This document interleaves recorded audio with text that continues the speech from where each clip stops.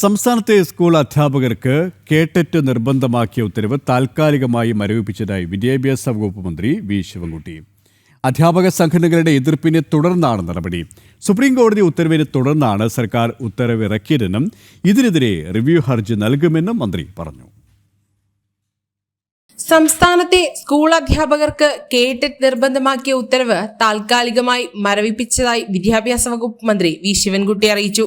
2025 September മാസം 1 ബഹുമാനപ്പെട്ട supreme കോടതി ഉത്തരവ് കേരള ടീച്ചർ എലിജിബിലിറ്റി ടെസ്റ്റിനെ സംബന്ധിച്ചിടത്തോളം ബഹുമാനപ്പെട്ട സുപ്രീം കോടതിയുടെ ഉത്തരവ് നടപ്പിലാക്കുന്നതാണ്. 1 മുതൽ 8 വരെ ക്ലാസ്സുകളിൽ പഠിപ്പിക്കുന്ന 40,000-ഓളം വരുന്ന അധ്യാപകരെ ഇത് ബാധിക്കുന്നു. കേട്ടറ്റ് സംബന്ധിച്ച് ബഹുമാനപ്പെട്ട സുപ്രീം കോടതിയുടെ ഉത്തരവിനെതിരെ റിവ്യൂ പെറ്റീഷൻ ഉടൻ ഫയൽ ചെയ്യുന്നതാണ്. അതിനായി അഫിഡവിറ്റ് തയ്യാറാക്കി അഡ്വക്കേറ്റ് ജനറലിന് കൈമാറിയിട്ടുണ്ട്. അധ്യാപക സംഘടനകളുടെ എതിർപ്പിനെ തുടർന്നാണ് നടപടി. സുപ്രീം കോടതി ഉത്തരവിനെ തുടർന്നാണ് സർക്കാർ ഉത്തരവിറക്കിയതെന്നും സർക്കാർ ഇതിനെതിരെ റിവ്യൂ ഹർജി നൽകുമെന്നും മന്ത്രി അറിയിച്ചു.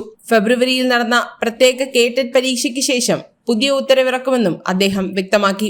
അധ്യാപക സംഘടനാ പ്രതിനിധികളുടെ പ്രതിഷേധം വിഷയം മനസ്സിലാക്കാതെയാണെന്നും വെള്ളിയാഴ്ച ഇറക്കിയ ഉത്തരവ് താൽക്കാലികമായി മരവിപ്പിച്ചതായും മന്ത്രി അറിയിച്ചു. സ്ഥാനക്കയറ്റത്തിൽ വ്യക്തത വരുമെന്നും വി ശിവൻകുട്ടി പറഞ്ഞു.